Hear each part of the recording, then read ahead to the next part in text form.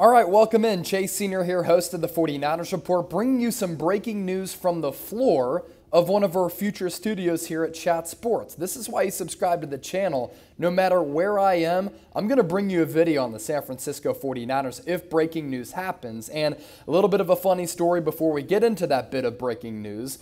We are expanding here at Chat Sports, hiring new employees. Also, we're putting together some new studios and going through some renovations at our current office. There are no studios available right now, so that's legit why I am on the floor here at the Chat Sports Studios. As for that breaking news, I hope you hit that red sub button. I thought that was pretty good. The San Francisco 49ers have parted ways with running back Trey Sermon. They have cut him to make room on the roster for the acquisition that we talked about earlier today, the offensive lineman in Blake Hance, who comes to the Niners after he was let go by the Cleveland Browns yesterday as part of the 53-man roster cut downs throughout the National Football League. So basically, San Francisco had to open up a roster spot. They let go of Trey Sermon. They bring in Blake Hance, and now both of those moves have become official. What do you think of this move? And do you think that Trey Sermon is a bust? I want to hear from you in the comment section right now, because the early indications going into year two for Sermon are that he is a bust. And what this means for this football team moving forward going into 2022 with the season opener set on September 11th against the Chicago Bears is that Kyle Shanahan's offense is going to have 4 running backs as compared to the 5 that they originally had on the 53-man roster. And that's why we told you at the time of the video, this is going to be the initial 53-man roster, because a lot of roster moves were set to take place in the coming hours and the days. And since then, we've seen a lot of these moves take place. So now in Kyle Shanahan's offense, I imagine these are going to be the 4 running backs on opening day: Elijah Mitchell, Jeff Wilson, Ty Davis-Price, and the undrafted rookie out of Georgia Tech and Jordan Mason, who, when he signed on as a UDFA, we told you at the time, keep an eye on Jordan Mason. He has an opportunity to make this team. That's what I had said, because he's a physical runner, has really good size. His college coach at Georgia Tech compared to Marshawn Lynch, and Jordan Mason made this team, in my opinion, not only because he led the Niners in rushing yards per attempt throughout the preseason with 4.9, he has special teams ability as well. And that's what Trey Sermon doesn't have. Now, Trey Sermon, this isn't the last time that you maybe hear from him as a San Francisco 49er. If he does clear waivers, then the Niners can technically bring him back onto the practice squad. But another team out there looking for a cheap, affordable running back with upside might look to bring Trey Sermon back onto their team. And if that's the case and Sermon doesn't clear waivers, then he could sign with that different organization and he would not come back to the Bay Area. I also imagine that San Francisco probably tried to trade Trey Sermon in the lead up to trimming that roster to 53 players, and then all throughout today, knowing that they wanted to try to get some value back for a guy who does have some ability, he has some upside, he has some pedigree as a former third-round pick.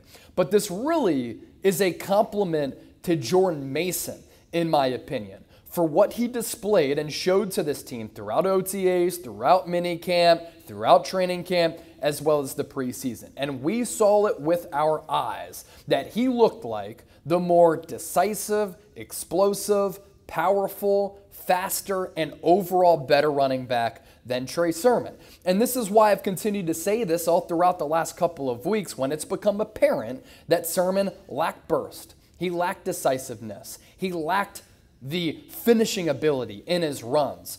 Don't hold on to Trey Sermon and have him occupy a 53-man roster spot if he's not the better player. And that's what the Niners did in cutting this roster down to 53 players. I had said at the time, Trey Sermon hasn't earned a roster spot over a guy like JaMycal Hasty. Yet San Francisco went with Trey Sermon because of the draft pedigree, and maybe they thought that they could get something back, and that's why they had him on the roster as compared to outright waiving or cutting him.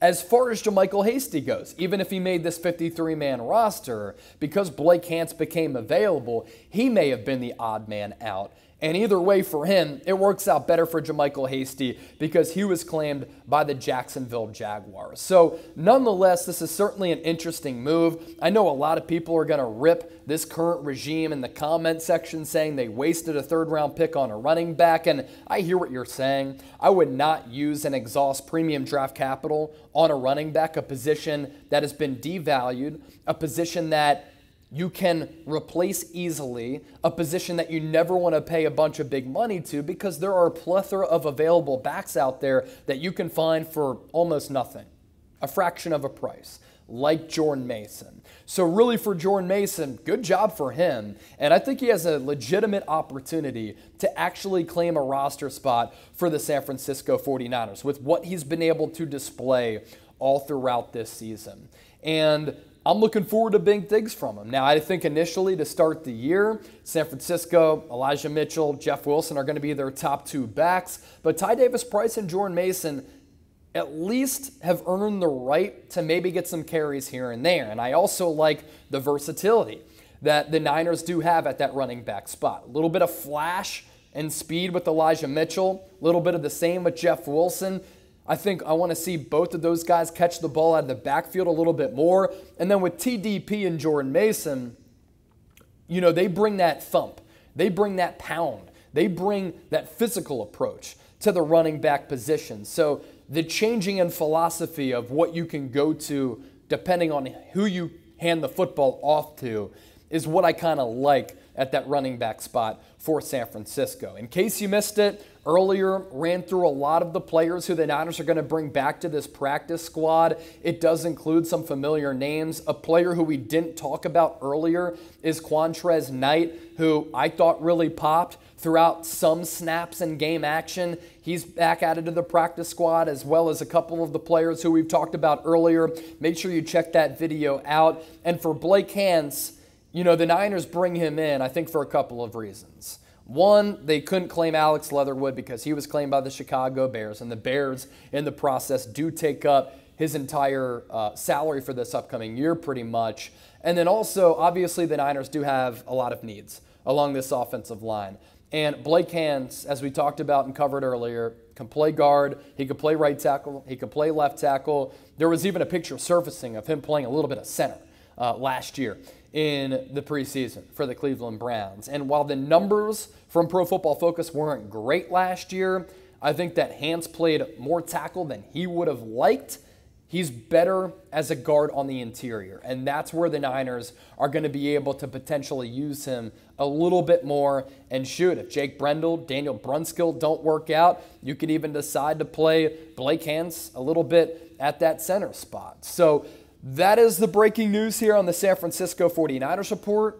I told you, I was sitting on the floor here from what is going to be some of our new studios here at Chat Sports, giving you a peek as we continue to grow. And at the end of the day, we've been able to grow because of all of you supporting everything that we do. So like the video, comment, subscribe, interact with me. Appreciate all of the support. And you can count on me bringing you San Francisco 49ers breaking news from anywhere, literally, even if I'm on my ass on the floor.